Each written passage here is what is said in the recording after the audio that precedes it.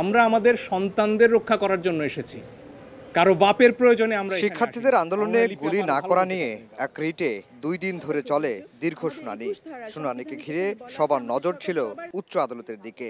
রিটকারী আইনজীবীদের যুক্তি, পাল্টা যুক্তি, বাকবিতণ্ডা, হইচই, টান উত্তেজনা। উচ্চ ছাদের থেকে গুলি আসবে, তাহলে তৃতীয় পক্ষ গুলি করেছে। তাই বুধবারের শুনানির দিনে সবার কৌতূহল এই মামলা ঘিরে। যথাসময়ে রিটকারী, রাষ্ট্রপক্ষ ও আওয়ামী লীগ সমর্থিত বিপুল সংখ্যক আইনজীবী আদালতে উপস্থিত হন। সে সময় জানা যায়, বেঞ্চের একজন বিচারপতি এস.এম. মাসুদ হোসেন দোলন অসুস্থতার কারণে ছুটি নিয়েছেন। হচ্ছে না এ রিটের শুনানি। আদালতের যারা বেঞ্চ অফিসার থাকেন তারা জানিয়েছেন যে বিচারপতিদের মধ্যে একজন অসুস্থ হওয়ায় তিনি আসছেন না, ফলে শুনানিটা আজকে হচ্ছে না। এটা আগামীকালকেও হতে পারে। আমরা দেখব যে আসলে আগামীকালকে এই বেঞ্চটা কার্যক্রম অব্যাহত থাকে কিনা। যদি থাকে তাহলে কালকে শুনানি হবে। রিটের শুনানি ঝুলে যাওয়ায় 6 সমন্বয়ক ডিবি কার্যালয় থেকে পরিবারের কাছে ফিরতে পারবেন কিনা এ নিয়েও সংশয় প্রকাশ করেন রিটকারী আইনজীবী।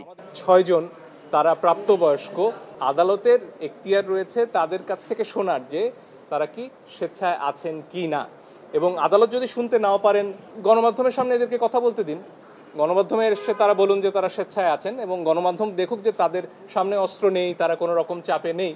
এদিকে আন্দোলনের সময় গুলিতে 16 শিশুর মৃত্যুর ঘটনায় বিচার বিভাগীয় তদন্ত চেয়ে রিট হয়েছে হাইকোর্টে। রিটে প্রত্যেক পরিবারকে 1 কোটি টাকার ক্ষতিপূরণ চাওয়া হয়েছে।